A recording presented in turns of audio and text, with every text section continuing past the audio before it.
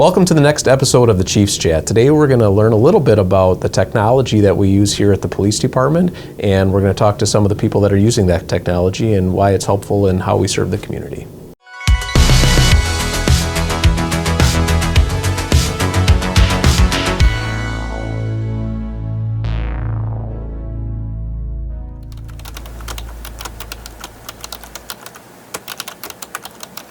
You're our digital forensic expert here at the police department, so why is it important that we have somebody like you with all of this training? So almost every single one of our major cases that we have has some sort of electronic evidence along with it, whether it be a cell phone, a computer, a tablet.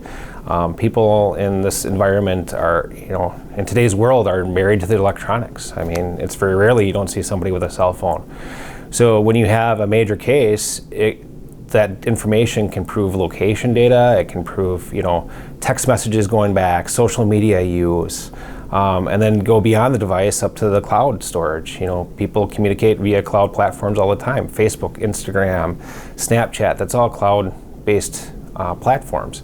So you have to have somebody that's able to decipher that and get that to investigators so they can follow up on leads, and you can prove a case sometimes with just the electronic evidence. What is license plate recognition in parking enforcement, and how do you utilize it? Well, LPR is the use of cameras located on the top of our squad cars in order to do a number of things, three things actually. The first one is to time vehicles to see how long that they've been in one spot, and the second one is to check for permits in a permit lot, and the third thing is to check for stolen vehicles or things of that nature. Our downtown parking, a lot of it is time-limited parking. They can only park for an hour or two depending on where they are downtown. Talk a little bit about how the license plate recognition works in that capacity. Well, the entire town is a 2-hour time frame that you can park down there, and when the kiosks are finally in use, they're going to be able to add time to that if they need it. What I will do then is be driving around and electronically chalking vehicles, and if I come back 2 hours later and they have not added time to it, that vehicle would be cited. And so how do you know that the vehicle's still parked there? Does the system tell you that? Yes, it reads every vehicle I go by, and if something has been there too long, it'll generate what's called a hit, and that would indicate to me that that one is in need of a citation. How many pictures is this system taking and storing? Well, on average, I probably do about 1,200 vehicles a day that I generate reads for. The LPR has a capability, though, of being used in conjunction with vehicles driving in the opposing lane, so it'll catch anything that I come across as well, which comes in handy for finding stolen vehicles or vehicles that have been involved in a crime.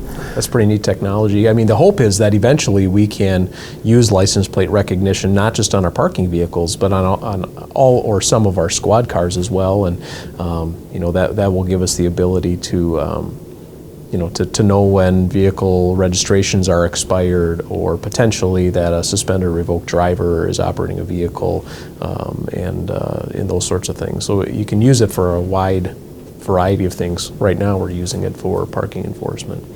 Can you talk just a little bit about the importance of our body camera system and why we use body cameras and why that technology is important to us? We started using the body cameras, I want to say, it's been a little over 3 years now. So it was the summer of 2016 is when we debuted the body camera use here in the Wausau Police Department. And it's become a really, really important tool for our work. It helps us document officer actions, contacts with the public. It allows us to really get probably a more accurate representation in some ways of those interactions that our officers have. It allows us to provide training opportunities for officers. It allows us to substantiate or refute concerns or complaints that come in about officer behavior.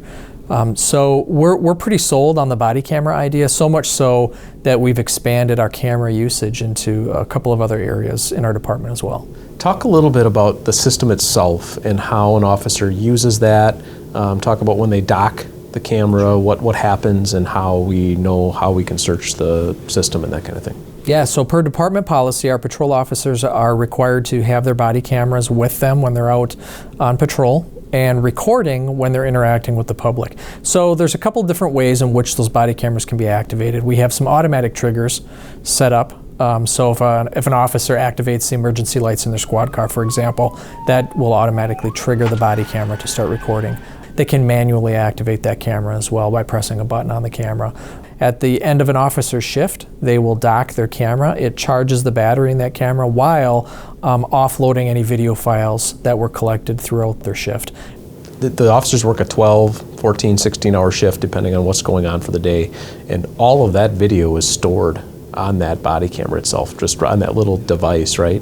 And then when they dock it, all of it uploads, and it's connected, you know, our docks are connected to the internet. It uploads all into our evidence.com system that Axon, that we contract with Axon for. And then why is it important that we have this CAD integration? And kind of just talk a little bit about how that technology works, because that's pretty cool. It's really important because on the tail end, when the officers are offloading those video files, there is an integration between the camera system, or the body camera system rather, and the CAD system. So essentially what will happen is the information in both of those systems, or in the CAD system mainly, will marry up with information on the camera itself, such as where that officer was located using GPS data, what time an officer was at that location. So then that information is married with the call information in the call, such as, well, I know that this officer was at that address at this time, and then it will automatically tag that video file with the appropriate information, such as case number, for example, if a case number was generated in that incident rather. So on the tail end, when clerical staff or when attorneys, prosecutors with the district attorney's office need to review some of that information, they can go back through, they can search that database using those case numbers, some of that information, so they can find all those appropriate video files or digital evidence files associated with that. Right. So our goal here today was to help our community understand a little bit more about the technology that we use at the police department. I hope you enjoyed it, and be well.